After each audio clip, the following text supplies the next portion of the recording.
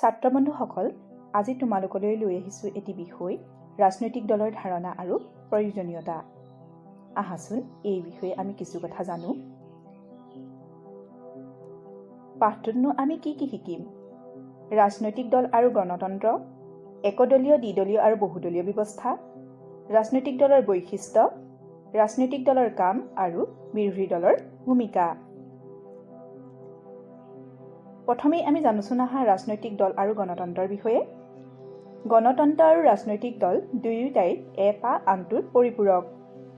ৰাজনৈতিক দল হৈছে শাসক আৰু জনসাধাৰণৰ মাজৰ যোগসূত্ৰ।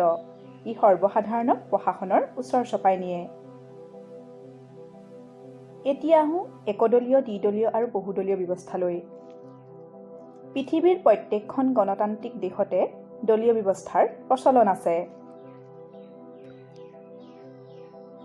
চীনকে ধৰি কেইবাখনো সাম্যবাদী ৰাষ্ট্ৰত একদলীয় ব্যৱস্থা আছে, কিন্তু বহুতে এনে ৰাষ্ট্ৰক গণতান্ত্ৰিক ৰাষ্ট্ৰ বুলি ক'ব নোখোজে।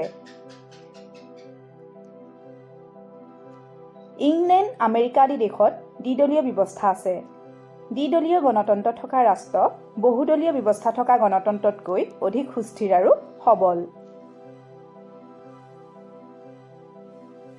ভাৰতবৰ্ষ, বাংলাদেশ, পাকিস্তান আদি দেশত বহুদলীয় ব্যৱস্থা আছে, কিন্তু এনে ব্যৱস্থাত সঘনাই ৰাজনৈতিক সংকটে দেখা দিব পাৰে, যিটো দ্বিদলীয় ৰাষ্ট্ৰত দেখা নাযায়। এতিয়া আহোঁ ৰাজনৈতিক দলৰ বৈশিষ্ট্যলৈ। ৰাজনৈতিক দলৰ বৈশিষ্ট্য চাৰিটা হৈছে সংগঠন, নীতি, আদৰ্শ আৰু আঁচনি, ক্ষমতা দখলৰ বাবে আকাংক্ষা আৰু জাতীয় স্বাৰ্থৰ প্ৰতি সন্মান। এতিয়া জানোচোন আহা ৰাজনৈতিক দলৰ কাম কাজসমূহৰ বিষয়ে। গণতান্ত্ৰিক ৰাষ্ট্ৰ এখনত ৰাজনৈতিক দলৰ কামসমূহ হ'ল: জনগণক ৰাজনৈতিক শিক্ষা প্ৰদানেৰে শিক্ষিত কৰা, জনগণৰ মনত ৰাজনৈতিক সজাগতা বৃদ্ধি কৰা, জনমত গঠন কৰা, জনমতক সুসংগঠিত ৰূপ দিয়া।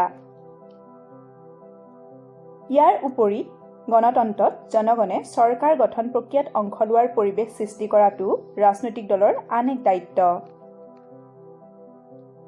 এতিয়া আহোঁ বিৰোধী দলৰ ভূমিকালৈ। বিৰোধী দলে চৰকাৰৰ কাম কাজৰ ওপৰত তীক্ষ্ণ নজৰ ৰাখে, প্ৰয়োজন সাপেক্ষে গঠনমূলক সমালোচনাৰে চৰকাৰক উচিত পথত অগ্ৰসৰ হ'বলৈও আহ্বান জনায়। গতিকে এটা কথা স্পষ্ট যে এখন সুস্থ সবল গণতান্ত্ৰিক ৰাষ্ট্ৰ গঢ় দিয়াত ৰাজনৈতিক দল হ'ব লাগিব অতন্দ্ৰ প্ৰহৰী। ধন্যবাদ।